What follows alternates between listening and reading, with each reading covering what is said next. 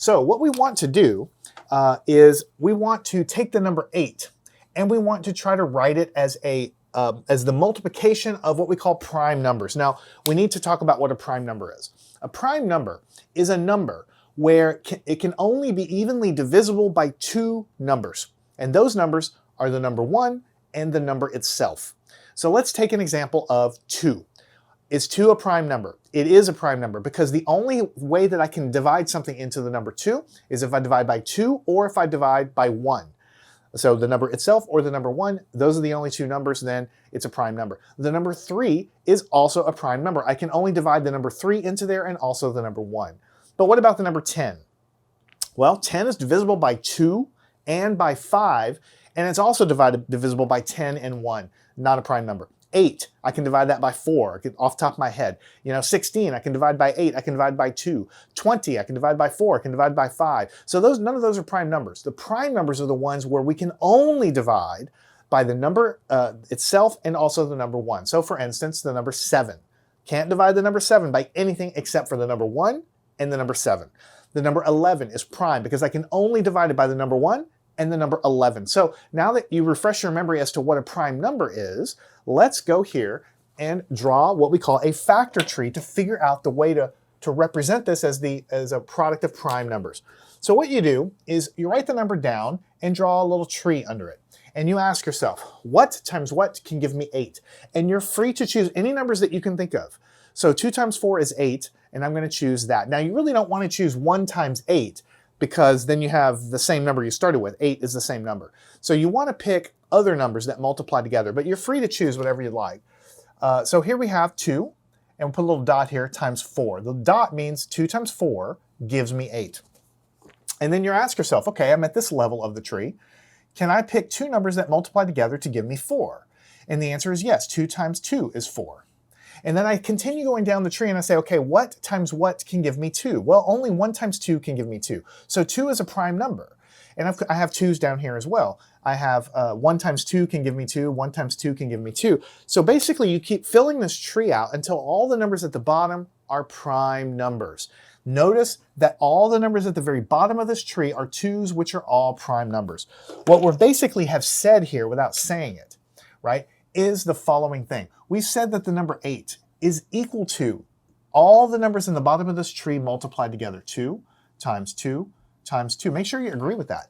2 times 2 is 4, and 4 times 2 is 8. So all the numbers at the bottom of the tree automatically, when multiplied together, give us the number we care about. But they're all the same number here, and we can write this as an exponent. 2 to the power of 3, 2 cubed. This thing is called the prime factorization of the number 8, so we're going to circle it. What you're trying to do is you're trying to write the number down as the product of factors. Remember, factor, I told you, those are just the numbers that when you multiply them together, they give you the number that you're talking about. So 2 times 2 times 2, those are the factors that multiply together to give us 8. And we want to write them as a product of prime factors. And these are each prime numbers. So we've done our job, but we want to write it in terms of prime numbers raised to whatever exponent we have present there. All right, I think you will get the hang of it as we do more problems. It's a very simple concept. Let's take a look at the number 10. We want to write this as a prime factorization. So tell me, what times what can give me 10? Well, 2 times 5 can give me 10. All right, let me continue down the tree. Well, this is already a prime number, so I really can't go any more. I can only go 1 times 2, and I'm not making any more progress. I can only do 1 times 5. So I really can't go any farther without just writing 1 times the number itself. So I stop here. 2 and 5 are both prime numbers. So I can then say that I've written the number 10 as the product of the prime numbers the prime factors that when multiplied together give me 10. 2 times 5 is equal to 10. This is what we call the prime factorization, 2 times 5. Now there are no exponents here because there's only one number 2 and one number 5, so I guess there's invisible ones. But basically all you're trying to do is find the prime numbers that multiply together to give me the number we care about. And by doing it with this tree method, it's actually really easy. Let's take a look at 12. Now I'm going to show you how you can get the same answer 2 different ways. Tell me, what times what equals 12? Well, you have choices. I could do 2 times 6 is 12, and I could do 3 times 4 is 12. Let's do 3 times 4 first. Right now, 3 is a prime number because I can only go 1 times 3, so I'm going to stop there. But 4 can be written as 2 times 2, and 2, again, is a prime number. So I've built the tree out to the point where all the numbers at the bottom are prime numbers, and now I can say with confidence that 12 is equal to 2 times 2 times 3. Make sure you agree with that. 2 times 2 is 4, 4 times 3 is 12. Now for the prime factorization, we want to write the smaller numbers first and then the bigger numbers, just like we wrote the smaller number times the bigger number. But we have 2 2's, so we instead choose to write it as 2 squared times 3. Make sure you agree that this is the prime factorization. 2 squared is 4, 4 times 3 is 12. Right, that's the prime factorization. It's the product of all the factors that multiply together to give me that. And when you have duplicates, you just write them as exponents. And you also write them smallest factor going up to larger. Now, I told you that you had some choices. Let's say instead of 3 times 4, you chose to say 2 times 6. Well, 2 is a prime number, so we're not going to go any farther, but here, 6 can be written as 2 times 3. Right? So notice that it gives me the exact same answer. All prime numbers at the bottom, 2 times 2 times 3. 2 times 2 times 3.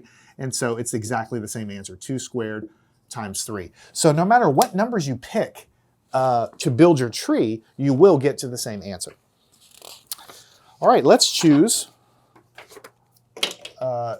something very familiar that I think you can probably see very easily, the number 25.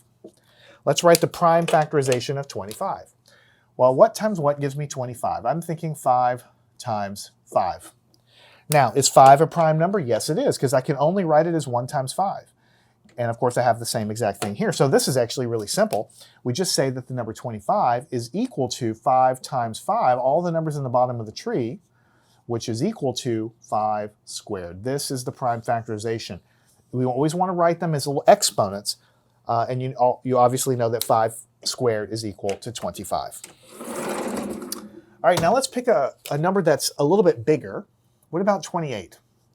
Let's write the prime factorization of the number 28. So I'm thinking 7 times 4 is 28. You might think of something else, like for instance 14 times 2. But I'm going to do 7 times 4 is 28.